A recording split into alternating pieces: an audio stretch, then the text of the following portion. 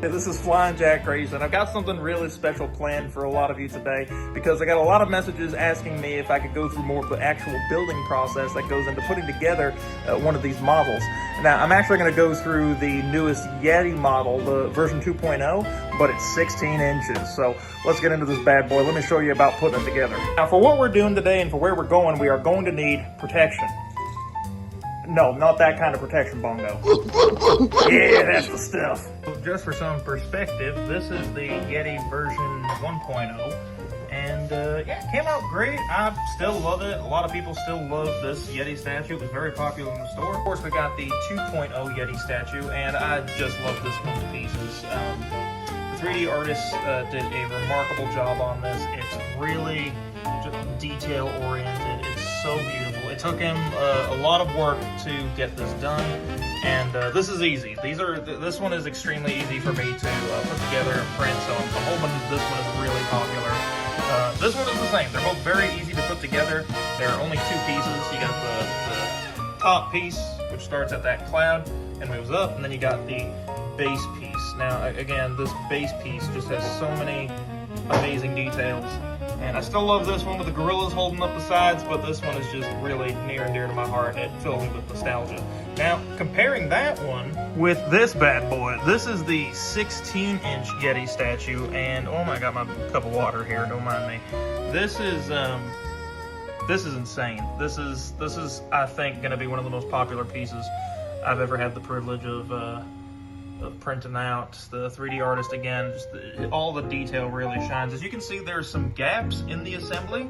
It came in several pieces. This piece here that also connects to his arm was one piece. You also got this part right here. Just because it's so large, again, my printer will only print in roughly 8 inches in terms of its height. The base is in two separate pieces. The Yeti itself was in two separate pieces. But the artist does an immaculate job of hiding seams, and not only that, but I'm going to show off a little bit more about how to hide seams, as well as just make sure the model stays nice and sturdy together. Got our gloves on for this, muy importante. We got our A part, we got our B part. Now, all I'm using is a plumber's epoxy, and this stuff is great for these models. I found it's strong, it's flexible a little bit too, so it's not like glass or like it'll break or something if you drop it. It's nice and solid, and I find that it holds the models together really well. So what I'm going to do is I'm going to combine the A part and the B part. Scratch that, reverse it. I'm going to take the A part and the B part. I'm going to combine the two of them, and I'm going to slowly apply them to the small but visible seams. This one's a little bit larger. There's just certain variables that can occur when 3D printing. Pieces can shrink as you cure them with isopropyl alcohol and the UV light machine that I have. You blast it with it and it can shrink the pieces. It can cause minor distortions, which could have happened here. It's of no fault to the 3D artists themselves. They do an incredible job. It's just one of the variables that happens. And this, in my opinion, is perfectly fixable. I don't think it'll be too much trouble, so I'll apply that and I'll show more after. So I've taken the epoxy and I've applied it to the seams of the sculpture. Typically I don't do as many in the front, but this one was a wide gap, so I applied it all around. The rest of it, I applied more epoxy to the gaps in the back. Now, I always go by the policy that the front is a lot more important than the back, so I do put in the work for the back of it, of course, but I always feel like it's more important to try to strike a cutting figure in the front, and many people seem to be happy with that, and hasn't failed me so far. The next step is going to be waiting for this to dry and then applying some paint. It's going to be a bit of a touch and go process too. Like this isn't done by a long shot in terms of the epoxy. I might find some more gaps, and this little gap in the front I might not be happy with before the end, but once I paint it and I can see some flaws and whatnot a little bit more distinctly, we'll go back and touch it up with more epoxy if we have to. So here's the first black layer of paint, and this really does help me to kind of analyze the details a bit more in terms of like seams. Like this one ain't too bad. It's understandable why there's separation here. It's a separate part. I'll probably put more epoxy there. I don't really need to put more here. This requires more sanding to make it uniform if possible, because you got bubbles here, you know, which is fine. It's just lumpy parts of the epoxy. Otherwise, I'm really happy with this. And of course, it's a little bit, here, I'll turn it around and show you the back. I put these blobs of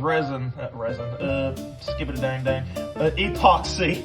I put the globs of epoxy in the back to make sure it all, you know, holds nice and sturdy together. It's like my mom always said, it's better to look good than to feel good. It's just too bad I can't do either of those things.